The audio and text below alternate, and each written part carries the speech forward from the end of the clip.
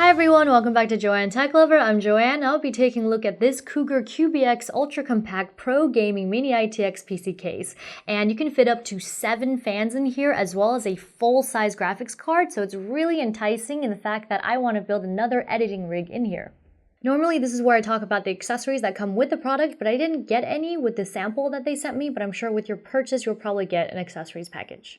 This case measures 178mm or 7 inches wide by 260mm or 10.2 inches tall and 368mm or 14.4 inches deep. It's compact with some style, very clean cut, and it's small enough to lug around with you anywhere. I'm thinking events for editing or gaming. The front of the case has a smooth hairline finish look to it, which adds some sophistication to this tiny case, and it's popped out so you get some ventilation along the sides to let cool air in. The front panel can be removed via these 2 screws and pushing out the bottom 2 tabs from the inside of the case. There's also a fan mount for an 80mm fan here.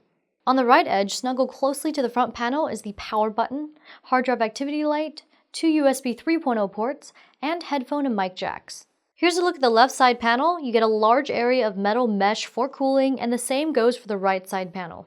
At the rear of the case is a power port for your power supply, and the power cable runs towards the front of the case where the power supply mount is.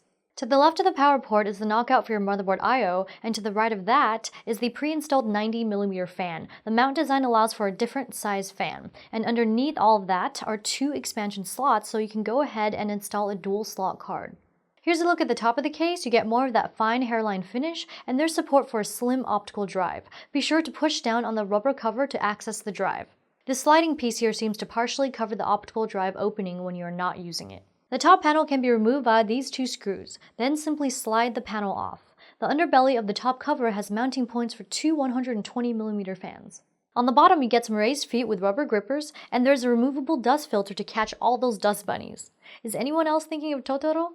There are also mounting points for 2 120mm fans, and it looks like it'd be a tight fit with the graphics card situated straight above it. Let's take a look at the right side of the case. Simply remove the thumb screws and slide the panel out. This case is for Mini-ITX motherboards. There is a large cutout for an aftermarket heatsink, and you get some smooth edges so you don't cut yourself. I see some holes for routing cables as well as 1 tie-down point. I'm guessing most of the cables will probably be tucked inside the case. You get about 11mm of space between the motherboard tray and the side panel for cable squishing, and honestly I need to build in this before I can make any more judgment calls. But what I can say is that cable management is a pain in small cases. There's a mount for a 2.5-inch drive here, and there's plenty of ventilation holes for where the power supply goes. You'll need to remove these 2 screws in order to get to the optical drive tray for installation. You can opt for a slim optical drive here or an SSD. I've already removed the left side panel. Let's go ahead and remove this metal bracket before we take a closer look at the spacious interior. You'll need to take off these 3 screws first, then lift the metal plate, slide it to the left, and bring it towards you. You can install a 3.5-inch drive in this area, as well as 2 2.5-inch drives above that. I believe this piece is a cable routing clip. Remove these 2 screws and slide the bracket out so you can easily install your drives. There's mounting points for different water cooling configurations, such as a single 120mm radiator with 120mm fan, or 240mm radiator with a single 120mm fan, but I'm guessing you'd have to remove the drive bracket. Here's another look at the rear fan with its 3-pin connector. I kinda wish the cable was black though. As for the front panel cables, you get a 20-pin USB 3.0 connector, HD audio, and power and hard drive plugs. Finally, let's take a look at the clearance. As for the CPU cooler, you get a high clearance of 105mm or 4.1 inches, and I definitely go with the liquid cooling to save space and increase cooling performance. You can go ahead and install a PS2 ATX type power supply up to 140mm or 5.5 inches long. And as for graphics card length, it has clearance for up to a 350mm or 13.7 inch long card. This case should fit most graphics cards, in length anyway, not bulk, because I've seen some very tall heatsinks on those beasts.